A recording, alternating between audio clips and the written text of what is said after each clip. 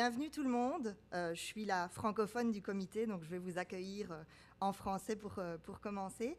It is my great pleasure tonight to introduce the chair of the roundtable that you're about to hear, my colleague, Dr. Jaffar Sheyhulislami. Can you wave? There you go. Thank you. Jaffar is a professor at the School of Linguistics and Language Studies here at Carleton.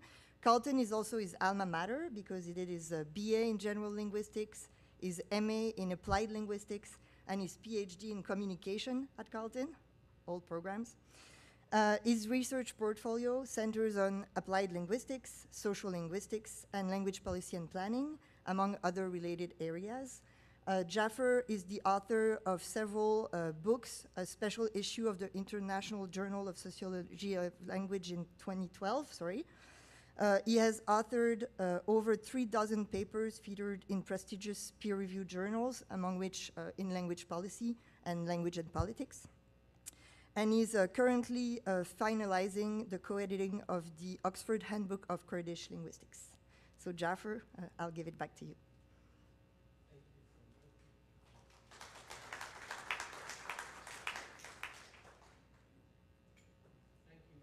Much appreciated.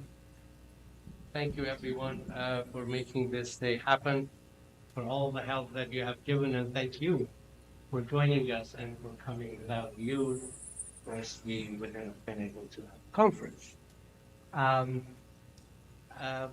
I was first introduced to Tove Skutnabb Kangas' work in 1995 when I took a course called Sociolinguistics at Carleton University. There was a textbook for the course. It was called Language in Society by Susan Romain, I think a 1994 publication.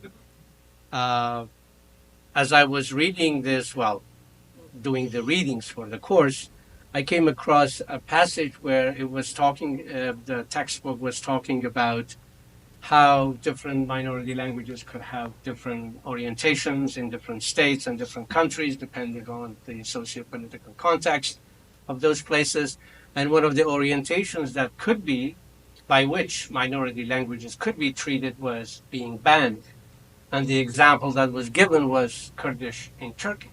That was my mother tongue. And I was really impressed to see this in an English book in Canada, knowing about this, because I had just also left Turkey, where I was a refugee in the late 80s. And of course, a year and a half prior to that, I had left Iran, and I lived that experience. I knew what the textbook was talking about. But it was also important to me because it somehow gave me the permission that it was okay to talk about this oppression, that I had the right to do so because I didn't have this right. But of course, later on, I recognized that there were many people, namely indigenous communities in this country, didn't have this right either. So that was the sad part that I realized much later on, unfortunately. But nonetheless, that was a good start for me in linguistics. At the time, I was a student of general linguistics. So I discovered, actually, Susan Romain cited Tove. I was just told it, Tove, Skutnabb Kangas. So I started reading Tove. I learned from Tove about the complexity of defining mother tongue. I thought there was only one definition, but it turned out actually it was way more complicated than this. I learned about bilingualism, all kinds of it, additive versus subtractive bilingualism, linguicism, linguicide, and of course linguistic human rights. In 2008, at the invitation of Joshua Fishman, I had the pleasure of joining Tove and another great friend and mentor, Dr. Amir Hassanpour from the University of Toronto, to edit a special issue of the International Journal of the Sociology of Language devoted to Kurdish. And Emily just mentioned that publication. The special issue was released in 2012. Working with Tove during those 2 years was like really obtaining another PhD. I had just finished my PhD, but it was like obtaining another one. But this time in work ethics, balancing friendship and professionalism, academic and politics, and balancing health and demanding work. The other night I was going through the emails that we were exchanging during that time. There would be emails, Tove writing to me and Amir, talking about her kid, her goat, her raspberries, and how this summer is so good for raspberries, but not so much, Jaffar, so good for strawberries. And then, I'm sorry, I have to run to the lake and do some swimming. My health is very important. And then the next day he would say, Jaffar, I'm sorry for being so terrible to you. Your writing is no good. You have to redo it. And I really can't go through everything for you. So it was really incredible. And I learned from her I hope I have learned from her, how to strike this balance between friendship, professionalism, as I said, but also academics and politics. So I want to resort to another friend of Tove and one of the prominent scholars in the field, Fernand de Varenne, who happens to be Canadian, the United Nations Special Rapporteur on minority issues. Recently, he wrote about Tove. Tove was one of the 20th and 21st century's great intellectuals, an advocate and activist on linguistic rights, the rights of minorities and indigenous peoples, as well as those of users of sign languages. Her work has allowed many to raise the intellectual and scientific bars not only in our knowledge in fields such as linguistics and education, but also linguistic and cultural diversity, human rights, and conflict prevention, amongst many others. Many would attest to how formidable and unrelenting, but also fearless and even intimidating, which she was for the causes she espoused and defended until the very end, those most unable to defend themselves. Tove was also, in the words of one testimonial after her death, always faultlessly kind, selflessly empathetic, and unpretentiously hospitable and generous in mind and spirit. And that's what I truly experienced working during the time I was working with her. My last cooperation with Tove was contributing a chapter to the latest central volume she edited with Robert Phillipson, Wiley's Handbook of Linguistic Human Rights, published in 2022. But linguistic human rights was not the only area in which Tove researched, wrote, and spoke for about 50 years. Our panelists today, in alphabetical order: Salah Akin, Jim Cummins, Hassan Ghazi, Ahmed Kalbul, Amir Kalan, Robert Phillipson, and Shelley Taylor, will help us hear more about Tove's life and research.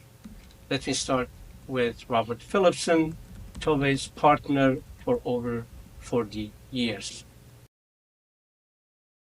Thank you for giving me the opportunity to make some comments on formative influences in Tove's life. Growing up bilingually was decisive. Growing up with two highly respected languages, equally important. She went to an all-female school where she learned that females should be strong and independent. After studying Nordic philology in education, she also qualified as a translator between Swedish and Finnish, her mother tongues. Residence in the 1960s in Boston, USA, for a year had two very significant formative effects. Firstly, she started to understand racism, had lots of Black friends, feminism, and power. And as an assistant to Einar Haugen at Harvard, she became familiar with the academic study of bilingualism, language policy, and language ecology, which had not really got going in Europe at that time. Tove even fell in love with someone from the United Kingdom, or as she preferred to call it, the disunited queendom, me as a lapsed linguistic imperialist, and she collaborated with me professionally for the rest of her life, over 40 years. When still in her 20s, she'd done fieldwork on the education of Finnish working class kids in Swedish schools. Their parents were labor migrants, which led to Tove's understanding of the importance of mother tongue-based bilingual education for school success. And since 2 reports on this, written with a social psychologist, were published by UNESCO, Tove was invited to a conference on bilingual education in Paris, UNESCO, where she met top scholars from Canada, India, and elsewhere, and understood that we Westerners could learn from both industrialized countries and also from culturally and linguistically very different contexts. Her first major book, Tvåspråkighet, Bilingualism in Swedish in 1981, and in English 3 years later. I don't know if you know the book, it's a very solid book, but the Swedish publisher wondered whether the 2 concluding chapters, one on the functions of migration and the other on violence in minority education, she wondered whether they were really necessary in a book on bilingualism. However, Tove managed to convince her that this socio-political dimension was essential for understanding bilingual education. Tove and I collaborated over many years with scholars from colonized countries, Asian, India, people like Debbie Patnaik, Ajit Mohanty, Provadas Gupta, Annamalai, and of course also people in the US like Joshua Fisherman, big source of inspiration. Also, we collaborated with people from Africa, particularly in Kenya, Nigeria, South Africa, and Morocco, from which both of us have benefited throughout our careers. Tove's realization that Finland had been colonized by Sweden for 600 years meant that she immediately identified with the Sami, the only indigenous people in Europe, in the Nordic countries, Norway, Finland, Sweden mainly. She also identified with First Nations peoples and indigenous peoples worldwide, with Kurds in 4 countries, and there were many who were immigrants in Denmark, where we lived for many years. 2 came to her funeral from different Kurdish organizations. Immigrants, refugees, of course, and marginalized minorities worldwide. And Tove saw these people as victims of cultural and linguistic genocide. Tove was also deeply influenced by critical scholarship by authors like Frans Fanon, Les Damnés de la Terre, written when he was living in Algeria, an Arab and Berber country, and its war of liberation from French colonialism, where I also spent 3 years in the 1960s myself, just after independence. Also strongly influenced by Ngugi wa Thiong'o's life's work, writing books and plays in an African language after being a successful novelist in English. And then, of course, his important book, Decolonizing the Minds, which is needed by both majorities and minorities. And another influence in very recent years has been Ahmed Kabel, who will also be speaking to you, is a wonderful, powerful voice from the Global South. Otherwise, the rest of Tove's story is a torrent of academic writing, individually and jointly. She was the first to create the concept, linguicism, in parallel with racism and sexism, and to link up language policy with human rights in Linguistic Human Rights, on which we finalized a handbook quite recently. She edited energetically the book series for Multilingual Matters, Language Diversity and Language Rights, plus lectured worldwide, and was a constant activist all over the world to achieve language rights for speakers of all languages and signers, which we will hear more about today. The speakers at today's panel are people that Tove loved working with and learned a lot from, and I'm very sorry that neither of us will be with you for this panel. But I wish you every success with it, and I'm very grateful to Jaffar for organizing the panel. Have a good panel. Bye. Thanks to Robert Philipson, and thank you. It's my pleasure now to introduce the keynote speaker for this roundtable, Professor Jim Cummins. Dr. Jim Cummins is a professor emeritus at the Ontario Institute for Studies in Education of the University of Toronto. His research focuses on literacy development, educational context, characterized by linguistic diversity, and has been influential in establishing the theoretical foundation underlying bilingual education for minoritized students. He was one of the authors of the California State Department's 1981 volume entitled Schooling and Language Minority Students, a theoretical framework which informed educational policy in California for more than 15 years. The elaboration of this framework was strongly influenced by the Scandinavian research synthesized by Tove, Skutnabb, Kangas, and Purdy Tukoma in their 1976 report prepared for UNESCO. Specifically, Commons' distinction between conversational fluency and academic language proficiency elaborated the Skutnabb, Kangas, and Tukoma finding that Finnish migrant children in Sweden were fluent in both Swedish and Finnish in everyday communicative context, but were far behind great expectations in both languages with respect to literacy skills. Skutnabb, Kangas, and Tukoma also reported that Finnish-speaking students whose literacy skills in Finnish were well developed were also performing significantly better on measures of Swedish literacy and overall school attainment. Commons connected this set of findings to a variety of other research to formulate the linguistic independence hypothesis, which has been strongly supported by extensive research over the past 40 years. In 1988, Skutnabb, Kangas, and Commons published a co-edited volume entitled Minority Education, From Shame to Struggle, that further explored the intersections of societal power relations, teacher-student identity negotiation, and literacy attainment in multilingual classrooms, and these themes have continued to characterize their scholarly work since that time. Their collaboration extended into the 2020s with Commons' 2021 book entitled Rethinking the Education of Multilingual Learners, a critical analysis of theoretical concepts, the final volume to be published by Multilingual Matters in book series edited by Tove entitled Linguistic Diversity and Language Rights.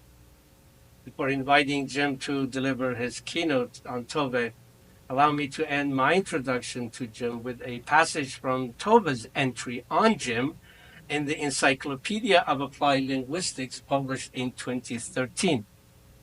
Tove wrote about 11 years ago, Professor James Patrick Commons is one of the world's most influential researchers in bilingualism studies.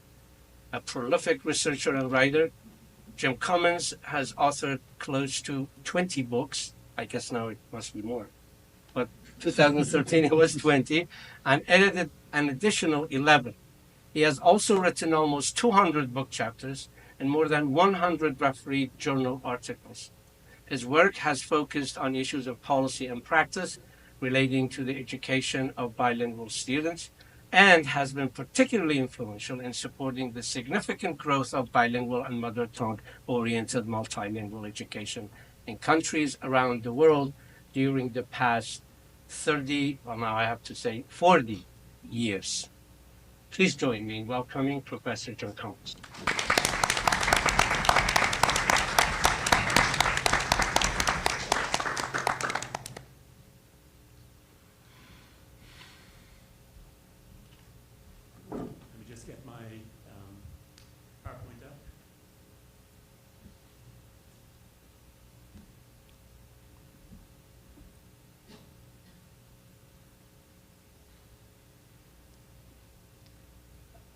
So Jim, it's on the presenter view. We see the full screen, but we don't see your view. Okay, good. Thank you, Jaffar, for that very kind introduction, and also thank you for the invitation to be here as part of this this roundtable. It's interesting, in your introduction, I wasn't aware of that entry by Tove in the 2013 volume, or if I was aware, then I'd forgotten about it. So it's on my reading list for when I get some time. Anyway, it's a real pleasure to be here and to be part of this celebration of Tove's life and work. I've known Tove for more than 45 years, and she's been both a mentor and a friend to me during that time. And what I'll try and do in my presentation is mix some reflections of Tove's academic impact as well as personal experiences that I've had with her that kind of I add to our understanding of the kind of person she was and the way her voice still resonates strongly for, I know, everybody here, but also in communities around the world. So just to say a couple of words initially about Tove's impact. And Jaffar and I obviously think alike because I have exactly the same quote from Fernand de Varenne as you did, or at least I've got part of that quote.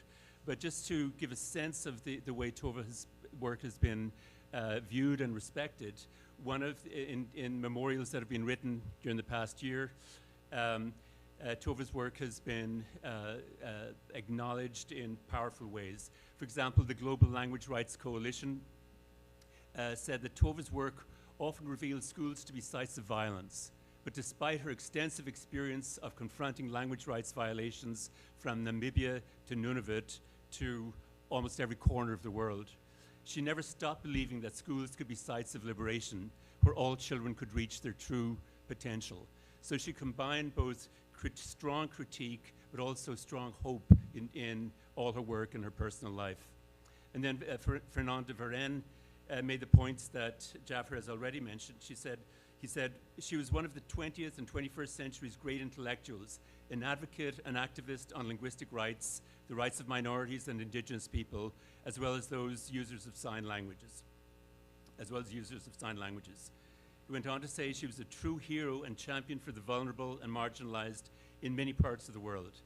Many would attest to how formidable and unrelenting, but also fearless and even intimidating she was for the causes she espoused and defended. And then he quoted somebody else who said she was always faultlessly kind, selflessly empathetic, and unpretentiously hospitable and generous in mind and spirit. And I'll come back to those 2 points later on, how fearless and even intimidating Tove was in many of her academic analysis as well as personal interactions, but always in the context of caring for the people and the issues that she was engaged with. I think it's also worth highlighting initially how Tove saw herself as a critical or transformative intellectual. This is, I think, the last couple of sentences from her book, Linguistic Genocide in Education, or Worldwide Diversity and Human Rights. For those of you who do not know it, I brought it along at almost great personal cost if I were flying, but I wasn't, luckily. It's almost 800 pages. And in this book, she quotes so many individuals, so many people who contacted her or that she had contact with in terms of their experiences of language loss and language learning. And it's a powerful testament to the issues that she also analyzed in more conventional academic terms. But she said, in terms of defining where she was coming from in terms of her personal orientation, she said, writing books, in other words, trying to persuade, is useless unless it is combined with more overt political action. The question then is whether the action needs to be done by the same people who do the persuading. I believe it is necessary. So in other words, she combined two sides of the same coin.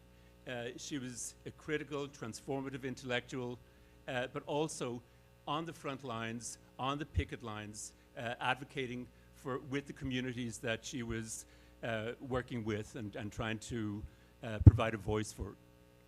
I've provided a visual image of the metaphor of two sides of the same coin, and I can just see Tove looking down with me very critically and skeptically because a metaphor that talks about the coin of the realm would be viewed very skeptically by Tove. She was a lifelong critic of capitalism and all the violence that it engendered, and so she might be quite disturbed by this metaphor. She might also be disturbed by the image of royalty on our national coin, the loonie, because she despised all kinds of hierarchy and the inequities that it implies.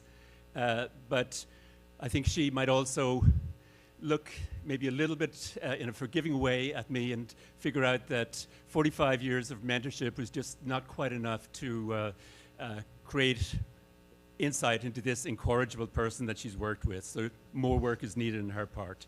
But I think she would be tolerant of it. Anyway, so let me just give you a sense of what I want to talk about. I'm going to talk about just two of the many themes that emerged early in Tove's work. Namely, first of all, the role of minoritized students' mother tongue in their acquisition of the school language and their overall educational achievement. And secondly, the role of physical, symbolic, and structural violence in creating an underclass, or in Tove's words in one of her articles, reproducing the caste of assembly line workers. These themes reflect psycholinguistic perspectives in the first one, and the second one, sociopolitical perspectives, respectively. Tove was amazing in terms of the number of disciplinary perspectives that her work reflected. You could go through all of the disciplines in the social sciences, from legal studies to economics, and Tove was drawing from those bodies of work. And the sociopolitical perspective is vividly expressed in Tove's work using terms such as linguicide, linguistic genocide, language murder, killer languages, and crimes against humanity. And then I'll finish by just saying a few words and bringing the focus back to Canada, referencing the report that Tove, Robert Phillips, and Robert Dunbar wrote about current language of instruction policies in Nunavut, which they characterized as exemplifying linguistic genocide. Okay, so that's kind of a map of some of the themes that I want to touch on. So first of all, let me just let you know the first contact that I had with Tove's work and Tove herself was when I was a research associate at the Center for the Study of Mental Retardation at the University of Alberta. Those terms seem quite chilling almost to talk about at this point, but that's what this center was called at the time. I had just come back. I'd finished my PhD in Alberta and in 1974, gone back to Ireland for 2 years, then came back to Canada, looked for a job in a very inhospitable employment environment, ended up taking a half-time position back in Alberta with one of the people that I'd worked with during my PhD. And at one point, the professor who had supervised my work, my PhD work, said he'd got some reports that I might be interested in, and if I wanted to go through them, just take anything that I wanted, and anything I didn't want, just get rid of. And one of the reports that he had got was this UNESCO report written in 1976 by Tove and Pertti Tokuma. And I read this and was blown away by the kind of research that was in it. It was like nothing that I'd seen before. And so I guess the only address I could find was Tokuma's address. So I wrote to him, and this is a copy of the letter that I wrote on February 3rd, 1977. So we're going back quite a ways. And I said, I've recently read the UNESCO report prepared by you and Tove. I found it the clearest statement of the issues involved in the education of minority group children that I've read. And then I said, I'd be grateful if you could tell me if you've written any other stuff on this, and I included a couple of papers that I had written at that point. In the book that I wrote or published in 2021, I made the following statement in terms of remembering the experience for me in reading Tove and Pertti's report. I said, I remembered vividly, and this is a quote from the book, I remember vividly my excitement as I read the synthesis of research documenting the performance of Finnish migrant children in Sweden on various verbal and nonverbal measures of cognitive and academic performance. The authors of the report expressed their purpose as follows. This is a quote from the UNESCO report. They said the purpose of this study was to determine the linguistic level and development in both their mother tongue and Swedish of Finnish migrant children attending Swedish comprehensive school. Above all, attention was paid to the interdependence between skills in the mother tongue and Swedish. In other words, the hypothesis was tested that those who have best preserved their mother tongue are also best in Swedish. And this was an initial formulation of what I later called the linguistic interdependence hypothesis. And this has formed an important basis or important theoretical concept in developing bilingual programs for minoritized and indigenous students across the globe. And so the seeds of this, as Jaffar mentioned in his introduction, were all in this UNESCO report that Tove authored back in 1976. Tove made the point many, many times that language loss among minoritized students is not a natural process. It doesn't just happen. It's a form of dispossession that is orchestrated by dominant groups through physical, symbolic, or structural violence. And this point is made very clearly in the, I guess, the first book in English that Tove published, whose English title was Bilingualism or Not, The Education of Minorities. And one of the best illustrations that Tove quoted in that book was a quotation from Shakespeare. I have no idea where she found it or who brought it to her attention, but it's from Richard II, and I guess it's the speaker is Mowbray, who's been exiled. I'll just read a couple of lines from it to give you a sense. He says, "The language I've learned these 40 years, my native English, now I must forgo. And now my tongue's use is to me no more than an unstringed viol or a harp, or like a cunning instrument cased up, or being open, but into his hands that knows no touch to tune the harmony. Within my mouth you have enjailed my tongue, doubly portcullis with my teeth and lips," etc. So one of the characteristics of Tove's work and her writing is that she brought data from multiple sources. And she said at one point in this book, "The evidence that we can derive from creative writers confirms much of what we researchers are still unable to establish from our methods of investigation." So she was fearless in terms of academic orthodoxy in bringing in perspectives and insights from multiple disciplines and multiple perspectives. I think she would have approved of this poster that somebody sent me a few days ago. I think it's the person depicted here is probably an Australian Aboriginal person. And it says, "They stole our land, they stole our wealth, they stole our heritage, they stole our freedom, they stole our identity, they stole our liberty, they stole everything. Then they gave us a book that says, 'Thou shalt not steal,'" in other words, the Bible.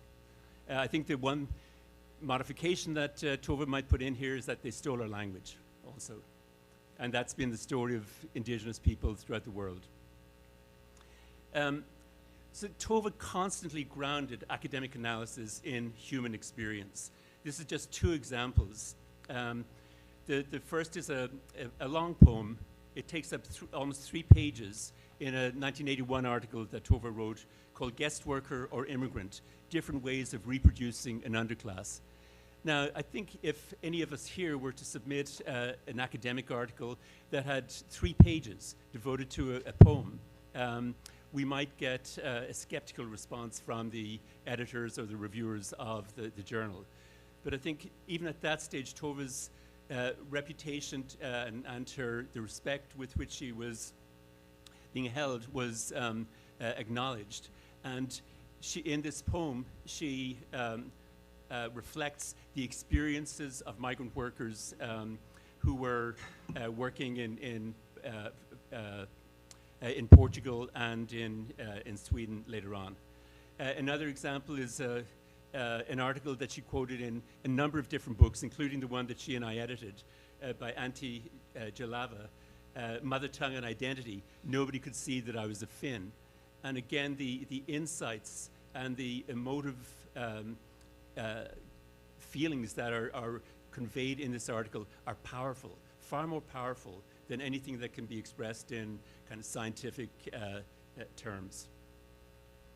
Tove also, as I guess Fernand de Varennes' assessment and his memorial article said, was also fearless in not just in criticizing people who were very obviously antagonistic to linguistic human rights and antagonistic to equity and to indigenous people, but also people who were highly respected and seen as strong advocates for these issues. And one example is an article that she wrote in 2002.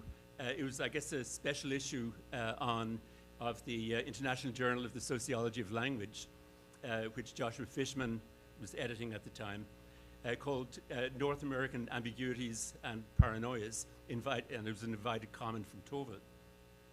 And she really rips into Eugene Garcia, who not long before that had been the director of OBEMLA, the Office of Bilingual Education and Language Minority Affairs in the US government. A very highly respected academic, a strong advocate for bilingual education. But here's what she said about Garcia's article that she was commenting on. She says, "A feeling of unreality was what I was left with after reading Eugene Garcia's article. There were lots of details in this summary which were extremely solid and useful, and I'll certainly quote it very often. However, the first ambiguity in the article is the academic insulation of at least this particular United States researcher. This self-separation and self-ghettoization, I'm afraid, seems to me typical of many of Eugene Garcia's peers because there's minimal reference to research outside the United States. And the second ambiguity in the article then has to do with this paranoia, namely attitudes towards the mother tongues of minority students. Many American researchers still go to great length in order to avoid even mentioning the minority mother tongues, or at least to avoid presenting their use as the main medium of education, as something normal and natural, and even as a human right. There seems to be a host of avoidance strategies to invisibilize minority mother tongue, and Eugene Garcia uses many of them. And finally, I would like to know why there's nothing about the international human rights law obligations towards linguistic minorities in the articles." So she was not afraid at all to express powerful critiques of people who were on the same team, essentially, as she.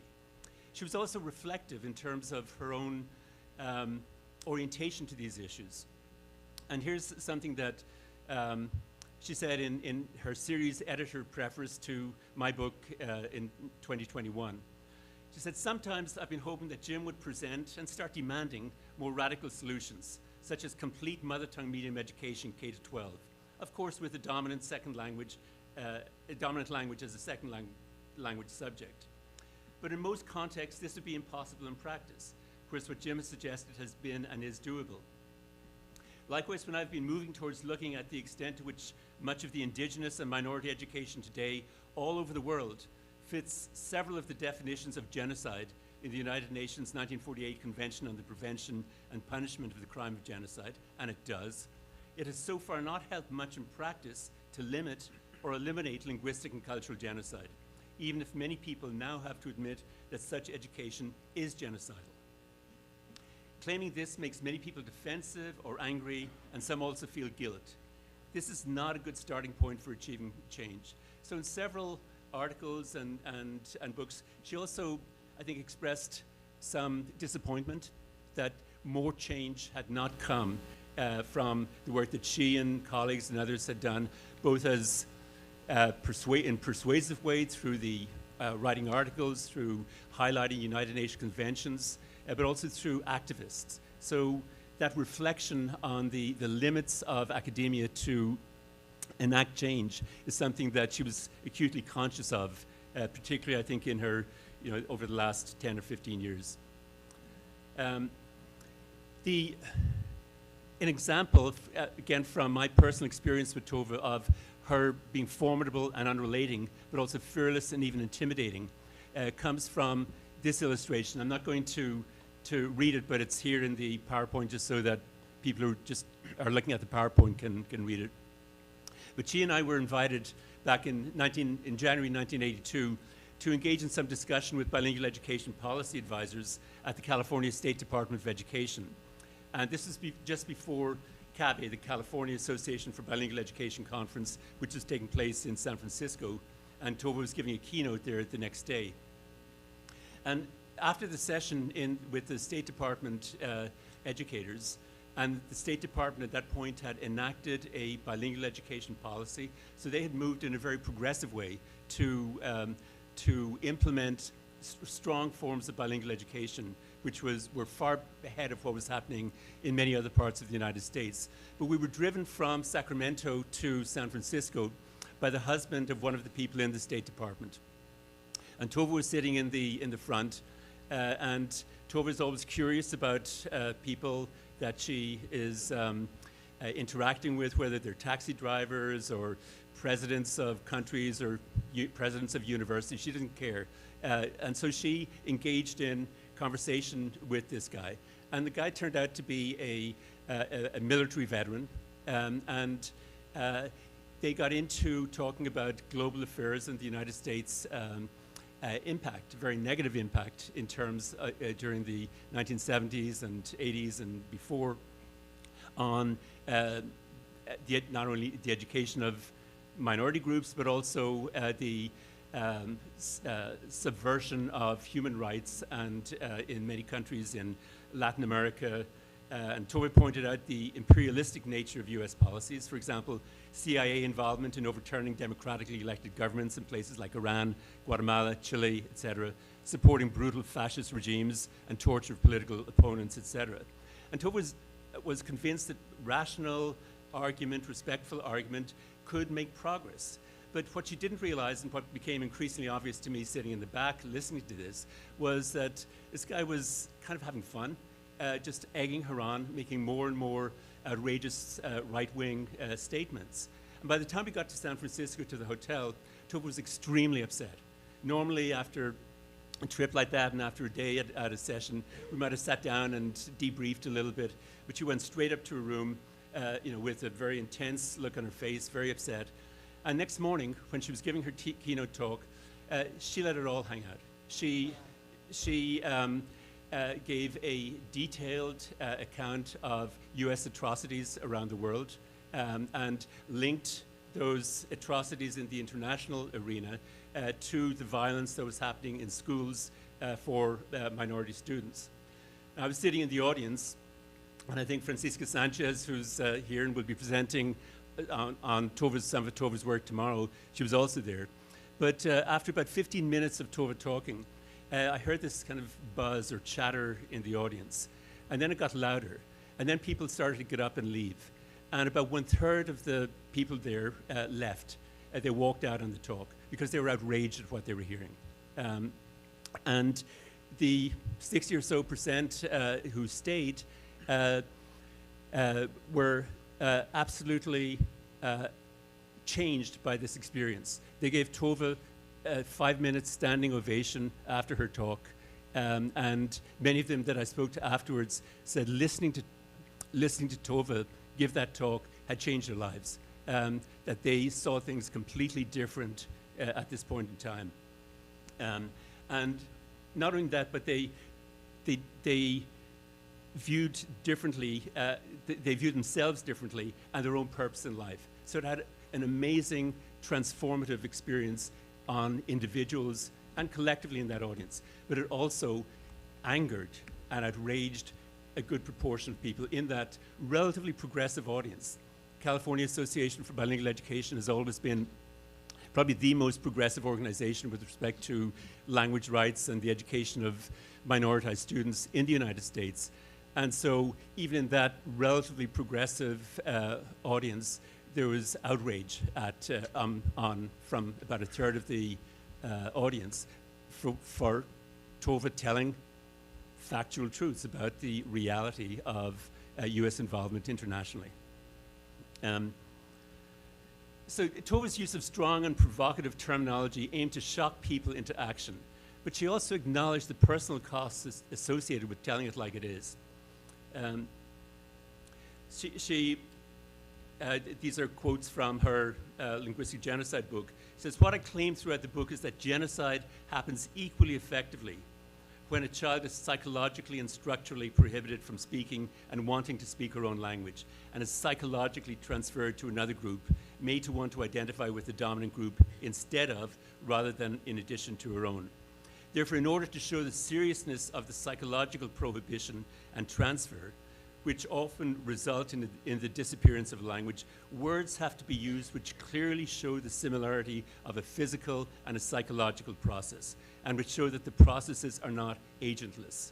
So when she's talking about terms like language murder is pointing to an agent who is doing this, somebody that we can hold, in principle, we can hold accountable. It's not just a natural process that happens. But she also makes the point in the introduction to the language genocide book, or linguistic genocide book. She says, I will end on a more personal note. As compared to most academics in my own fields worldwide, I've paid a high price for being critical and asking why questions. But in the civilized West, and I think she may have wanted to put inverted commas around those terms, but in the civilized West, critical intellectuals like myself are not thrown into prison or killed, something that happens to system critics in many countries.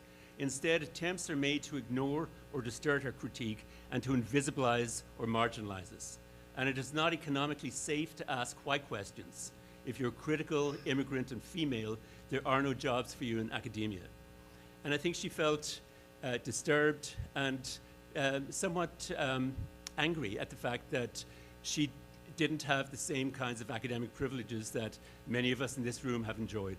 And one of the reasons being that she was too provocative, and she told it like it is. And that's not necessarily the kind of person that the powers that be want in universities or any other institution. Let me just wrap up with just a couple of words about what's happening in Nunavut. And Tove, Robert, and Robert Dunbar wrote a report in 2019 at the invitation of Nunavut Tungavik Incorporated, which is NTI, which is the main Inuit organization that was set up subsequent to the Land Claims Agreement. And this report was commissioned by NTI. And I think that the title tells you the main gist of the report.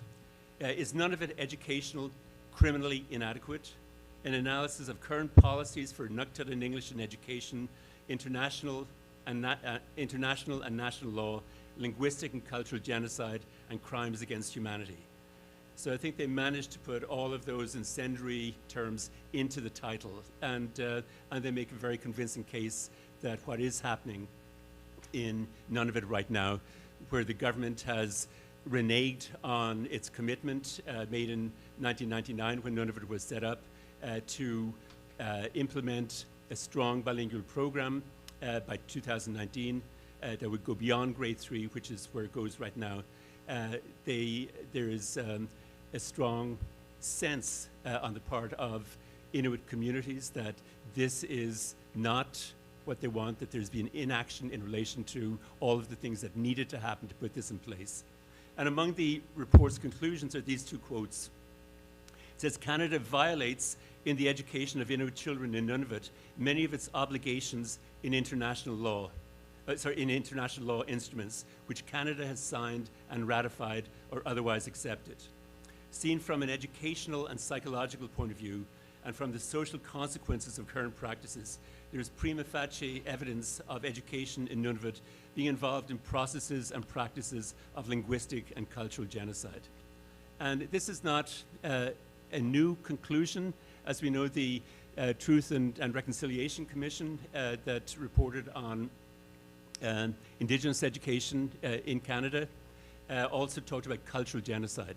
But Tove is explicitly bringing linguistic genocide into Tove and her colleagues are bringing linguistic genocide into the same equation. So finally, let me go back to one of the quotes that I started with. Again, the quote that was cited by Fernand de Varenne, that Tove was always faultlessly kind, selflessly empathetic, and unpretentiously hospitable and generous in mind and spirit.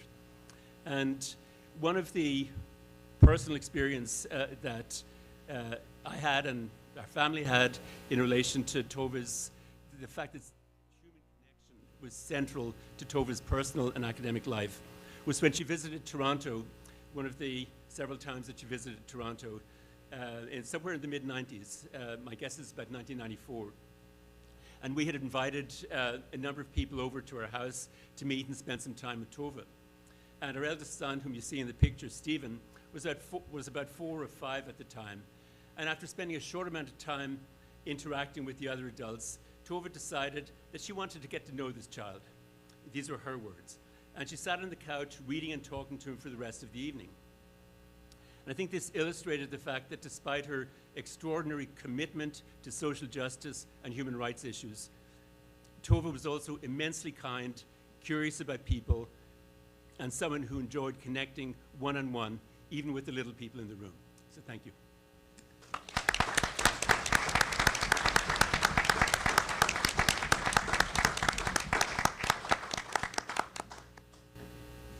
I will, just a second.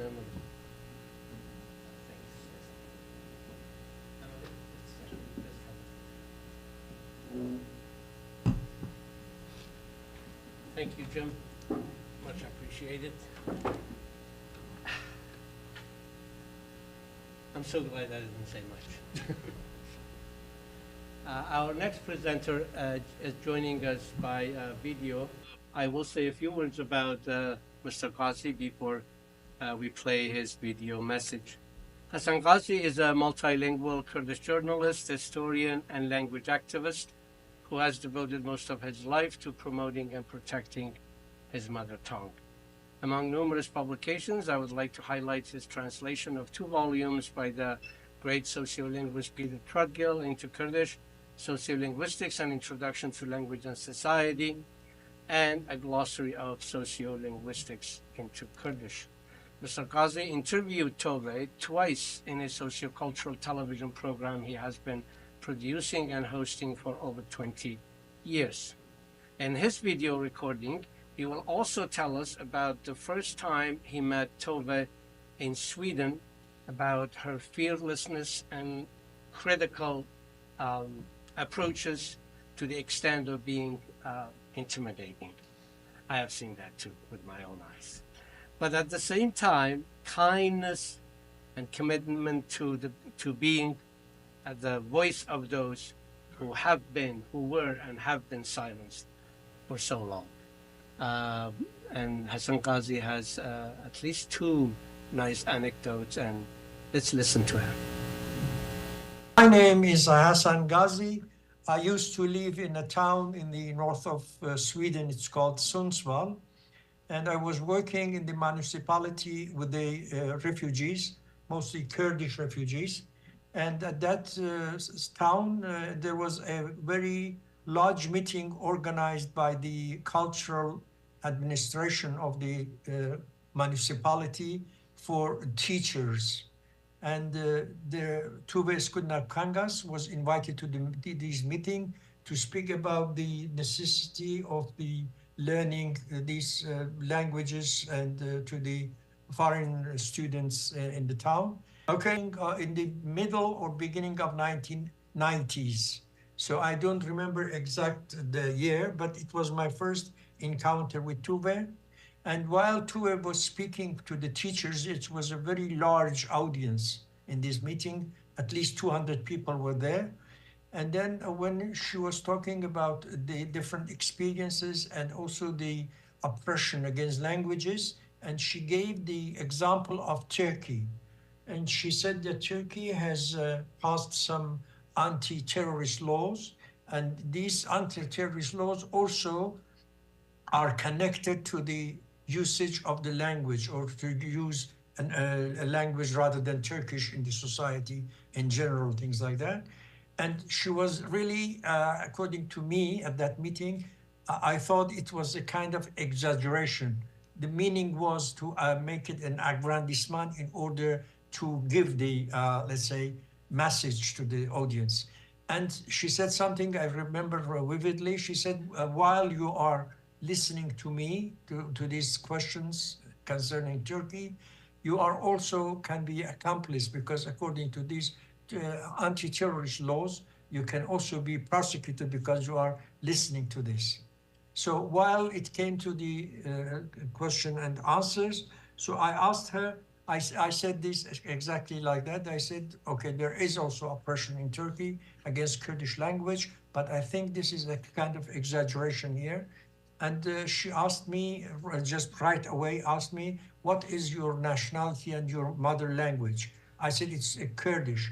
So she retold that you must be ashamed to put into question what I say about the oppression and the suppression against Kurdish language. So in the break, so we spoke a little, and then we became very soon for good friends. So and later on, so I moved to Belgium, and in 2005, I think, I invited both Tove and Robert Philipson to my show, which was sent from Belgium to Kurdistan, to a TV station called Roche TV, and we made two interviews. It was recorded interviews, of course. One of them was about the linguistic genocide in education and linguistic diversity, and also in the framework of this interview, so she spoke about the case of the Kurdish language. And the second one was about the linguistic diversity and the biodiversity, which was very interesting. And we tried to translate. We used a method in this way that, for instance, I gave the questions to her first. That's why in the program I addressed her in Kurdish, in Sorani Kurdish, and she knew the language. She understood what I was talking about because she knew the content of that in English before. And later on, I transcribed all these both interviews, and it was a great loss. And I am also pleased for my part that we could arrange a kind of tribute to her together, that you also participated together with Dr. Kalan and Sharif Derinja. So thank you very much for me. That's all I wanted to say.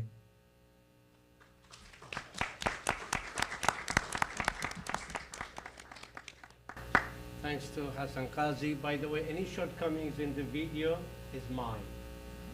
I made it. So recorded it on Zoom, and then I did my best to edit it. And also the same goes for Roberts. Any shortcoming, again, it's, I should be blamed, not them, for any of that. Okay, our next speaker is Dr. Amir Kalan from McGill University. Amir Kalan is an assistant professor in the Department of Integrated Studies in Education at McGill University. His work aims to create a sociology of language and literacy education that provides insights into cultural, political, and power relational dimensions of linguistic practices. He is particularly interested in learning about the experience of minoritized and racialized students in multicultural and multilingual contexts. He is the author of Who's Afraid of Multilingual Education, 2016, Multilingual Matters, Sociocultural and Power Relational Dimensions of Multilingual Writing, 2021, the co-editor of Critical Action Research Challenging Neoliberal Language and Literacies Education, 2022, with organizing numerous academic workshops and online forums, and his insightful expert presence on popular media. Dr. Kalan has raised awareness about the plight of minoritized languages and their struggle for linguistic rights in Iran in a way that has never been done before. Amir, microphone is yours. Thank you so much, sir.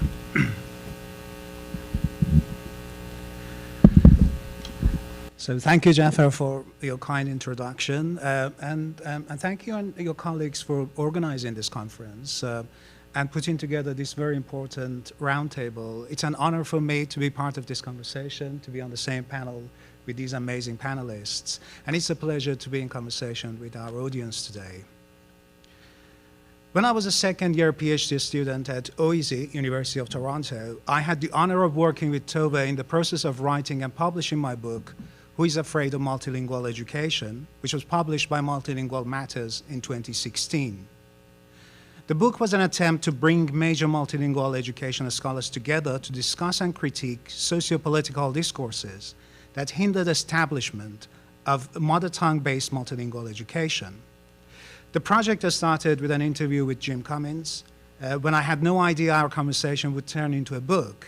And Jim's openness to the project encouraged me to invite other scholars, including Tove, Ajit Mohanty, Stephen Bahri, to contribute to this project. Jaffar later on contributed a chapter to the book as well. Tove's role as the publisher's in-house editor provided me with the opportunity to interact with her. I could speak for hours about Tove's kindness, energy, intellectual generosity, and genuine academic curiosity. However, I would like to focus on an aspect of her academic character that has been most impressive for me as an international scholar who comes from the Iranian plateau, a territory with a long history of multilingualism and multiculturalism.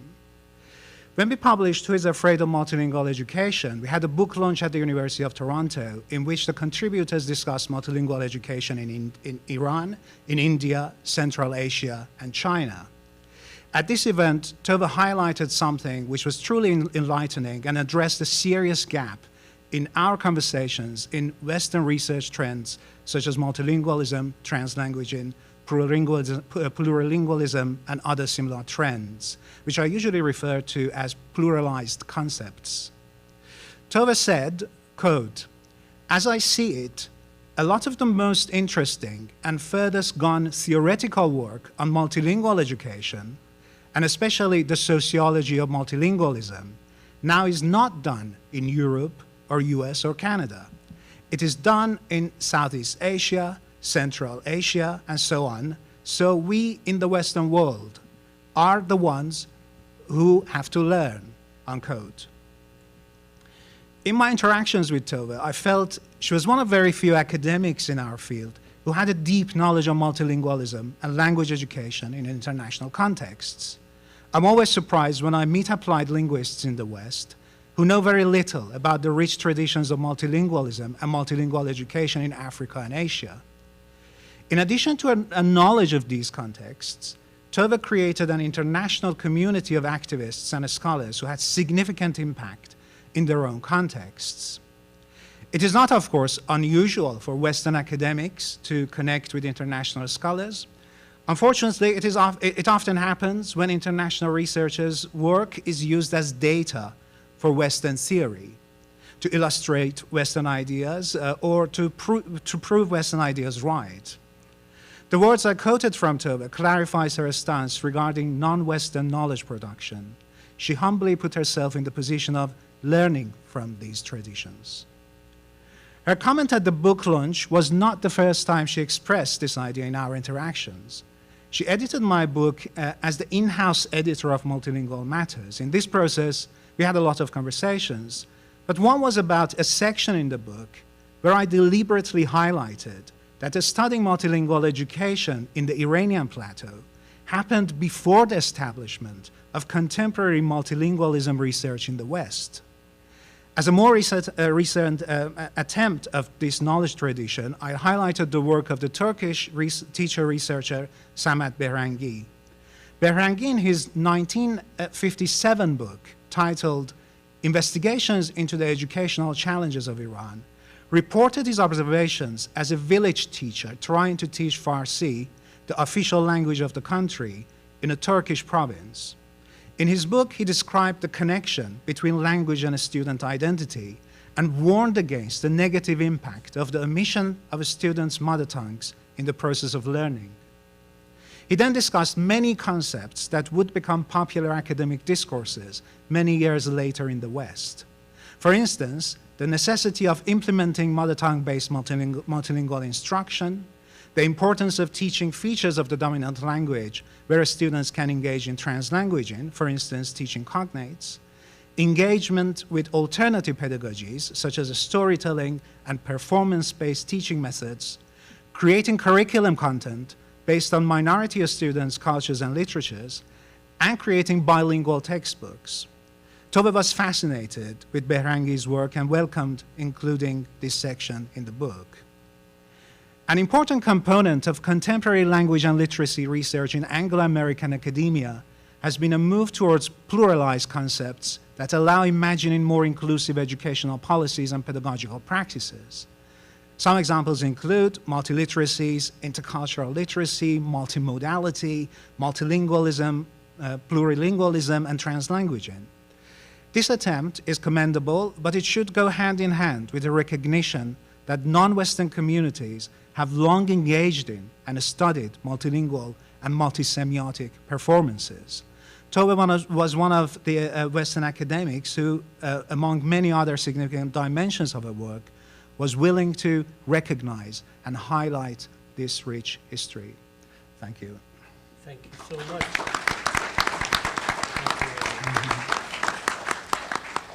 Our next speaker also joins us via video recording. Our next panelist is Dr. Ahmed Kabil, who joins us via a pre-recorded video. Yes, I said that.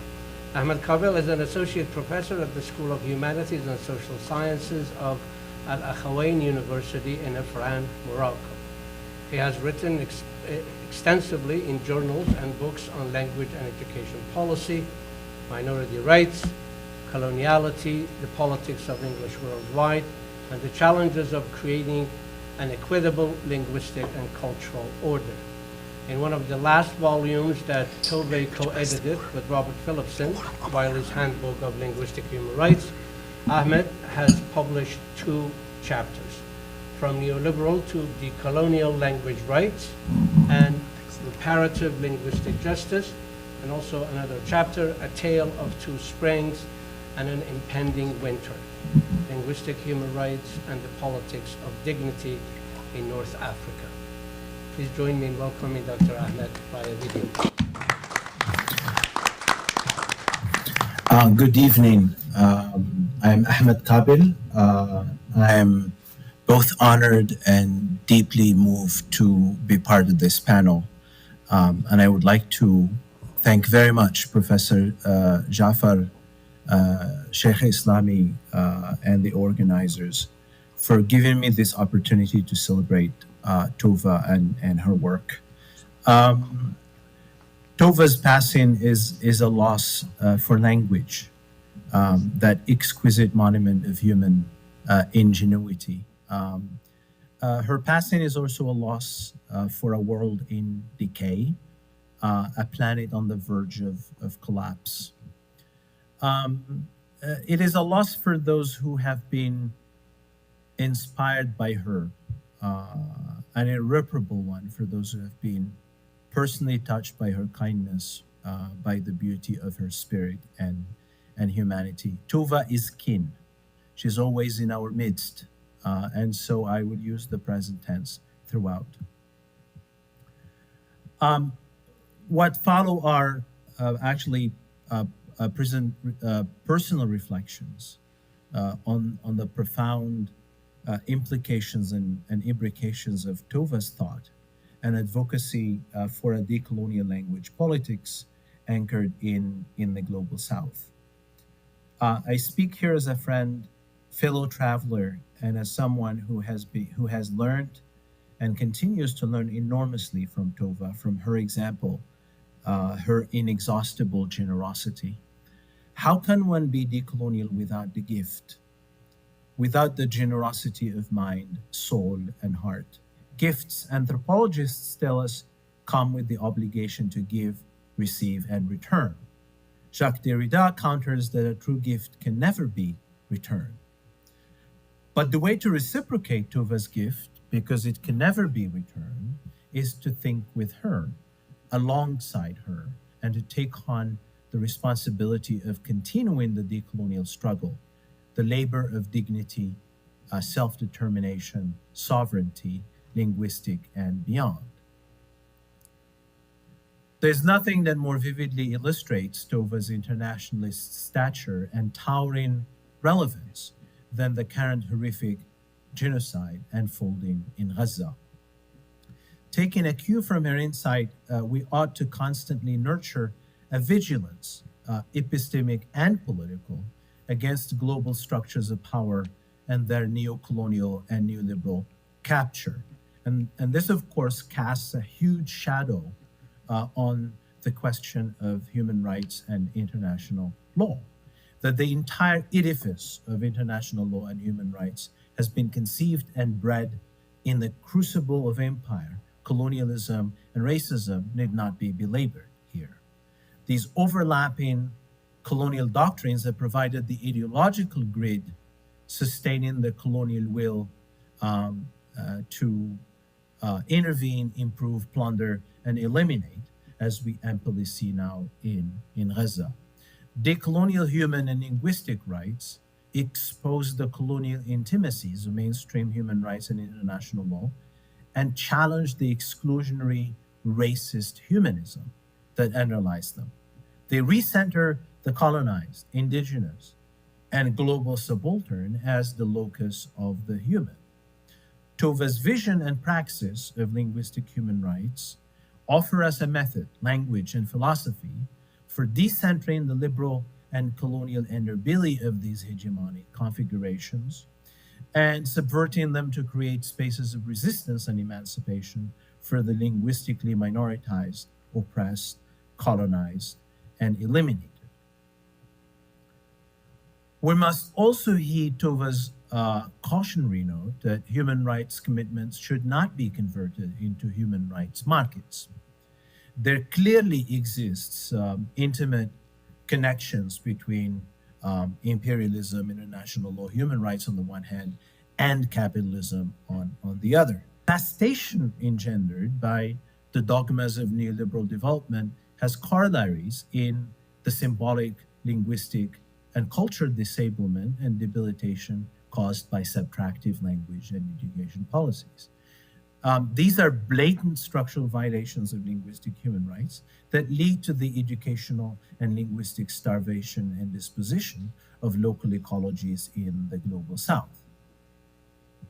We also know the fact that the trajectories of mainstream human rights on the one hand and global neoliberalism on the other are not merely accidental.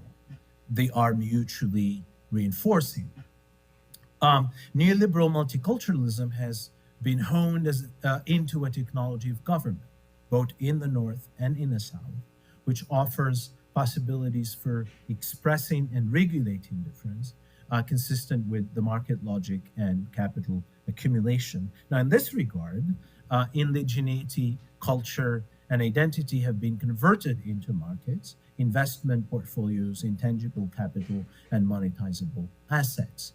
Land, sovereignty, and indigenous modes of government have also been captured by neoliberalism, in entrenching privatization, extractivism, and the commodification of land and nature. Certain strands of linguistic human rights have been ensnared in this neoliberal dispensation. Language itself has been recast as a skill, a transactional capability, convertible to and valuable only as human capital. What is at stake in the global south is the political and cultural valency of language, is the political reclaiming of language and language practices for building and strengthening sociocultural and effective bonds of care, solidarity, and survivance. The potential of language as well as a vital repository and medium for alternative self and world making and remaking. Before anyone else, Tove profoundly captured the constitutive and overlapping necropolitical disposability of state and colonial and imperial power. By centering linguicide and linguicism, she foregrounds and remains attuned to the logic of elimination that transpires from the monological grammars of settler, colonial, and state violence. Her insistence on the inseparability of symbolic, structural, physical violence is matched by her equally emphatic affirmation of the irreducibility of linguicidal and linguicist violence. If settler colonialism is the universal condition of the present, the decolonial politics that flow seamlessly from Tove's work point to the entrenchment of linguicide and linguistic coloniality as the predicament of the global south. I would like to suggest the term linguicene to mark this condition. The linguicene thus indexes the deep time of modern linguistic ruination meted out over the entire period of colonial modernity. The Linguocene highlights the enduring and relentless devastation of linguistic ecologies as a world historical process. It registered the deep histories of linguicide, linguicism, linguistic imperialism, slow linguistic violence and death, and linguistic debilitation prompted and abetted by colonialism and its various avatars. For the first time in human history, colonialism and capitalism turned linguicide into a planetary phenomenon. While the Linguocene highlights linguistic catastrophe, it is important to see it as an adjacent and constituent matrix to the Anthropocene. I am asking with Tove, is linguicism not an environmental threat? The assault on biological diversity and ecologies is invariably intertwined with linguistic ruination. Tove is a groundbreaking thinker in establishing intimate linkages between biological and linguistic diversity. Not only are knowledges and ways of making and being kin with nature and the world are inscribed in an increasingly diminished pool of devitalized, subjugated, and disappearing languages, but the conditions of possibility for living and embodying meaningful and mutually enriching relationalities with nature are being eroded by ecological devastation. The impoverishment and ruination of ecologies and languages flow from the same logic of cheapening, subtraction, and reification, all colonial in character. One dimension of the coloniality of dominant human rights is that they are anthropocentric.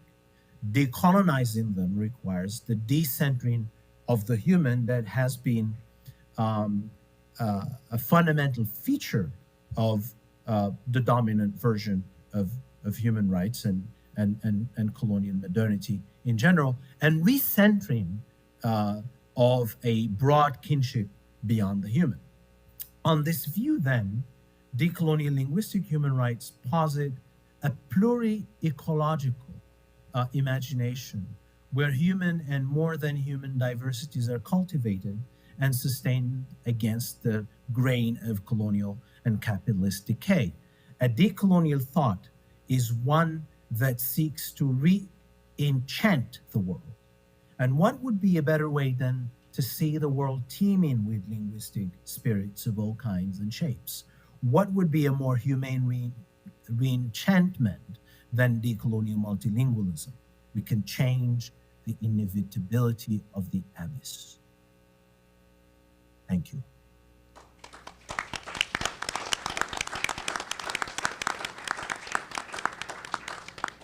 Thanks to Dr. Campbell. And now it's a turn for our next speaker, next panelist. Dr. Salah Akin is professor in linguistics at Rouen University, Normandy, France.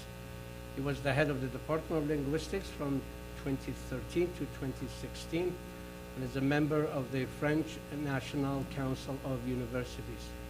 Dr. Akin has published many journal articles and book chapters in French, English, Kurdish, and Turkish on various aspects of the Kurdish language, structural changes, dialectology, language policies, standardization, revitalization of Kurdish in diaspora, and language policy and planning. He has edited a book, pardon my French, literally I mean, book Nom et Renom 2000. How was it? In 2000. Yeah, so the pronunciation was okay. Okay. Even for a Canadian. That's good. And the special issue of Etude Kurd entitled Kurdish Language 2018. He's also the author of the Kurdish monograph Le Collines Manasiya Kurdi. Now I can do this one basically. Studies of Kurdish Linguistics, Istanbul Avesta. His last book, Introduction to Kurdish Linguistics, has been published by Lambert and Luca in French. He is head of the Research Center Dynamique du Langage Institute at Rouen University and director of the journal Kurdish Studies published by the Kurdish Institute of Paris. I am not, if I'm not mistaken, Professor Akin will speak in French to us. Yeah, right. Please. Bonsoir. Je tiens à remercier les organisateurs du colloque et puis de cette table ronde. J'ai notamment Jaffar Sheyhulislami, Émilie Urbain. J'ai aussi un grand honneur de faire partie donc, de cette table ronde pour rendre hommage à Tove. Tove que j'ai eu la chance et l'honneur de rencontrer et de travailler avec depuis les années 2010 autour de nombreuses recherches et publications. Je l'ai accueilli en 2018 au colloque sur la justice linguistique que j'ai organisé à Paris. Et Jaffar, Robert et beaucoup d'autres chercheurs étaient aussi invités à ce colloque. J'ai publié en 2019 les actes de ce colloque dans le numéro 14 de la revue Études kurdes, intitulé « La langue kurde et la justice linguistique ». Et Tove avait fait une contribution donc, qui s'intitulait et qui était déjà très problématisante, Revitalizing a mother tongue that a Kurdish child doesn't know because of linguistic genocide. Are there any linguistic human rights? Puis, à l'invitation de Fernand de Varenne, qui était le rapporteur spécial de l'ONU sur les questions minoritaires, nous nous sommes rencontrés en novembre 2019 à Genève, au 12e Forum international sur les questions minoritaires. À travers nos échanges et discussions qui se sont poursuivis tout au long des années suivantes, j'ai découvert une grande sociolinguiste, humaniste, profondément préoccupée par le devenir des langues et le destin de leurs locuteurs. L'ampleur de ses travaux, de ses apports théoriques, épistémologiques, la portée de ses engagements auprès des locuteurs des langues minorées constitue un exemple sans précédent de ce que peuvent être les liens entre recherche et engagement social.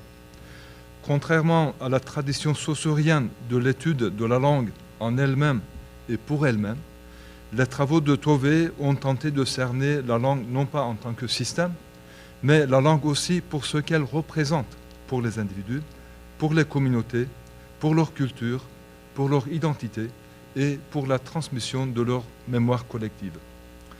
Cela l'a conduite à rompre avec la neutralité axiologique weberienne qui stigmatise toute implication du chercheur et à assumer l'immersion des chercheurs dans la situation sociale et langagière. Elle a porté un regard sociopolitique critique aux conditions dans lesquelles évoluaient les locuteurs des langues minorées. Contrairement à certains linguistes que notre ami et regretté Amir Hassanpour avait qualifié de linguiste apolitique parce qu'il refusait de dire un mot sur la répression dont sont victimes les locuteurs des langues qu'ils décrivent, Tove a toujours défendu son immersion dans le monde social et sa posture du chercheur impliqué, répondant à une demande sociale dans le cadre d'une linguistique d'intervention. Sa démarche a consisté à contextualiser les situations des langues minorées et à attirer l'attention sur les privations des droits linguistiques, sur les souffrances des locuteurs qui ne pouvaient pas, par exemple, bénéficier d'une éducation dans leur langue maternelle. Pour elle, décrire la langue ou les langues, c'est décrire aussi la situation et l'identité de leurs locuteurs, car les langues sont les véhicules et le marqueur le plus saillant de l'identité. L'immense corpus scientifique qu'elle a produit au cours de sa carrière a permis ainsi de problématiser de nombreuses situations sociolinguistiques qui échappaient à l'attention des linguistes. Ces travaux ont aussi, comme ça a été rappelé, contribué à éclairer les décideurs et acteurs politiques et parfois les linguistes eux-mêmes sur l'importance de l'égale distribution des ressources linguistiques à travers le médium de l'éducation. Une contribution significative parmi plusieurs qui mérite, à mes yeux, d'être soulignée, c'est la démarche et le courage de Tove de nommer les choses par leur nom. Albert Camus disait « Mal nommer les choses, c'est en ajouter au malheur du monde ». De ce point de vue, Tove a créé dans les années 1980 le concept de linguicisme, qui a été rappelé tout à l'heure, pour qualifier des idéologies et des structures utilisées pour légitimer, réaliser et reproduire une division inégale de pouvoir et de ressources linguistiques entre des groupes en raison de leur langue. De la même façon que le concept d'apartheid forgé à partir de la ségrégation de la population noire en Afrique du Sud peut éclairer d'autres contextes marqués par la discrimination d'une partie de la population qui ne dispose pas des mêmes droits que le reste de la collectivité. Ce concept d'apartheid que le chercheur turc Taner Akçam applique désormais à la situation des Kurdes en Turquie, le concept de linguicisme a permis de mettre au jour des pratiques de discrimination linguistique et d'autres formes d'oppression contre les minorités. Ce concept donc de linguicisme a joué un rôle agentif, performatif, on pourrait dire, car il a donné aux militants et activistes linguistes les clés de compréhension, d'évaluation de leur situation linguistique, comme ceux du kurde en Turquie, en Iran, en Syrie, ou les locuteurs de l'ouïghour, du tibétain en Chine, confrontés à des pouvoirs totalitaires qui tentent d'éradiquer leur langue. Si Tove a créé ce concept pour nommer une idéologie et pratique discriminatoire, c'est tout d'abord pour les combattre et pour promouvoir la diversité linguistique. Elle a montré ce que la diversité linguistique peut apporter à la promotion de la paix à travers la réduction des injustices sociales basées sur les hiérarchies linguistiques et le potentiel du médium du multilinguisme dans les conflits. Il est certain que l'œuvre colossale que Tove a laissée derrière elle, à la fois comme chercheur et citoyenne engagée, nous servira longtemps de référence dans le domaine des sciences du langage. Merci pour votre attention.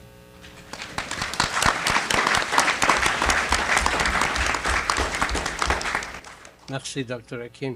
Our next speaker panelist is Dr. Shelley Taylor.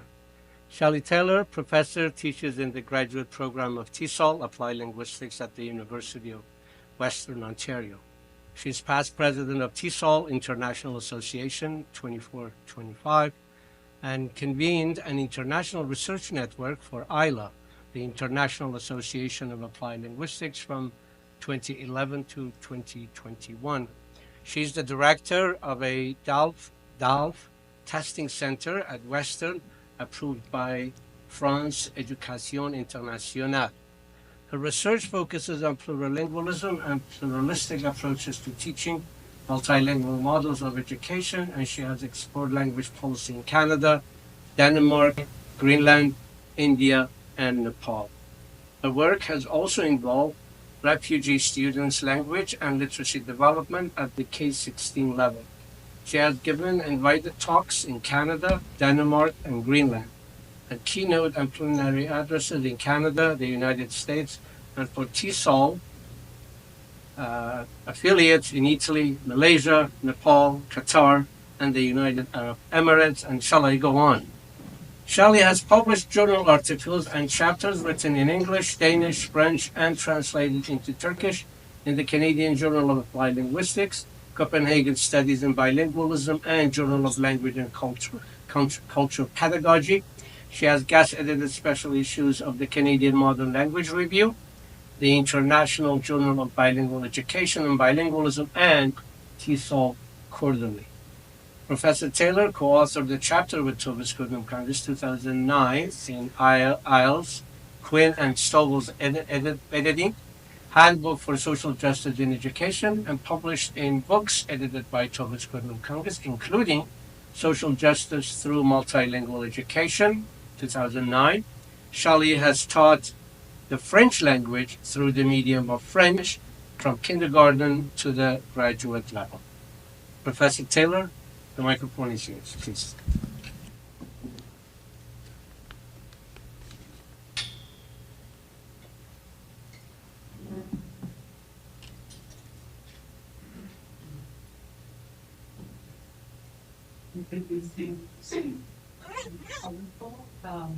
Something that hasn't been mentioned so far was Tove's love of fires. and my slides have their favorite colors. So the title is One Nice Talk and Good Intentions Are Not Enough. Tove Skutnabb Kangas' impact on addressing discriminatory operating norms and language underdevelopment. Okay, so the insufficiencies that she discussed related to educators attempting to implement well-meaning pedagogical practices in situations where the structures outlined by Cummins, for example, curriculum, policy, pedagogy, and assessment, deny children from minoritized language backgrounds the opportunity to develop their mother tongue proficiency, and that requires linguistic human rights. Her lifelong work addressed these insufficiencies, and her life reflected her belief in her work. So François Grain, in his obituary, he stressed how she was a scholar and an activist. And Robert Phillipson, after his announcement, which was the worst email any of us ever received, he started receiving many testimonials. And by the time he published in Language Policy, he already had 6,000 plus words, and I'm sure many more. And some of the comments that he received were from the Einstein of the language world to warm and close cooperation with members of sign language communities over decades. You could better, une grande linguiste, défenseur des droits et de la justice linguistique dans le monde, ainsi qu'un ami de la cause kurde. Je me souviendrai toujours de sa gentillesse. An advocate for Sami L1-based MLE groups in South Asia, and the list goes on. Decades-long dedication, commitment, work, and everybody always stresses warmth as well. And well beyond, as Dr. Cummins pointed out, the hit that she took academically, she, in terms of, academic employment, so being an activist and beyond just the H factor, the H index. So earlier tributes that Robert forwarded, to me, they really all came down to an international outpouring of grief. The impression of having lost a shared mother, defender, protector, and spiritual guide for so many groups around the world. So the discriminatory operating norms and language underdevelopment. My initial encounters with her, when I started teaching in the Toronto School Board, I went to a professional development session, and there was a book on the table that said bilingualism or not, and I thought, not? What do you mean not? Having come from Carleton, French department, and bilingualism, official bilingualism, the not really threw me. And so then when I started my doctorate at OISE under the supervision of Dr. Cummins, and I knew that he was working with her, and you might not remember, but you gave me articles in Swedish. It really stretched my knowledge of Danish to read Swedish. And so I ended up getting a stipendium to do one of my doctoral years in Denmark under the supervision of Robert Phillipson, and I got to meet Tove. And then my thesis research ended up there looking at the experience of ethnic Kurdish children in a Turkish-Danish bilingual program. So our collaboration continued. In 2008, I organized a symposium at TESOL called Imagining Multilingual TESOL, which included Dr. Cummins and others. And then in 2019, Multilingual TESOL Revisited. In 2008, Tove outlined changes that were needed to counteract policies and programs that prohibited children, families, and communities from developing their mother tongue. And so at that point, she was involved in a study funded by Finland in Nepal with Ajit Mohanty, which was bringing out L1-based instruction in 120 mother tongues.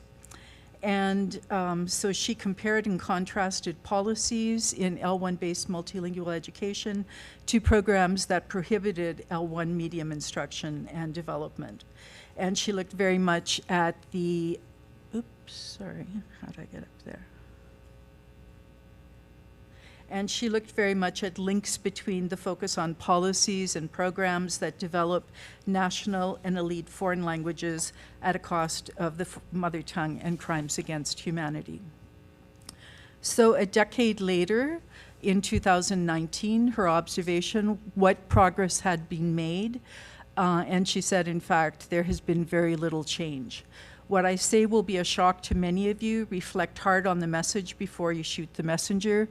Remember that this almost 80-year-old messenger has researched and reflected on this for a lifetime. Okay, so in terms of nice talk and good intentions, definitely not being enough. So the need for L1-based MLE to promote multilingual development and maintenance in local, regional, state, and societally dominant languages, not just in societally dominant languages at the cost of all others. And that impedes students' access to learning if the L1 is not the MOI. So for example, in our study in Nepal, many of the students went to school on the first day and instruction was in Nepali, which they didn't speak, and their first day of school was their last day. They went home. Other stories about Kurdish children going to school in Turkey and for not knowing Turkish, having their hands burned on a fire, etc. This denies children's access to education and it violates their human right to education. There was a book already in 1992 by Isabel Knockwood, Out of the Depths, about the Mi'kmaq children's experience at Shubenacadie. And it illustrates the long-term harm that forced separation and linguistic cultural shift can do to children, families, and communities, which Amir Kalan has referred to in terms of Farsi as a medium of instruction to Turkish children in Iran. So there's need for more than well-intentioned multilingual word walls in school. There needs to be advocacy for multilingual learners and more initiatives. So mother tongue-based instruction, or at least bilingual programs. And so how do you go beyond nice talk to good intentions? I was always drawn to the author Ray Bradbury's novel, Fahrenheit 451, and it has characters called drifters. And at that point, they were burning books. And so individuals would memorize an entire book, and they would preserve it that way, even if all copies of the book were burned. And so luckily, we don't live totally in the dystopian world created by Bradbury, not yet. But I do intentionally pass Tove and my other co-panelists' work on to my graduate students in hopes they might take up their work or at least understand the importance of mother tongue proficiency and the roles policies, programs, and pedagogical practices play in intergenerational language transmission. In 2011, Tove shared certain of her PowerPoints with me that I go over with my students every year, outlining criteria of mother tongue by origin, by internal and external definition, by competence, by function, and illustrates how one's mother tongue can change over time depending on the different definitions.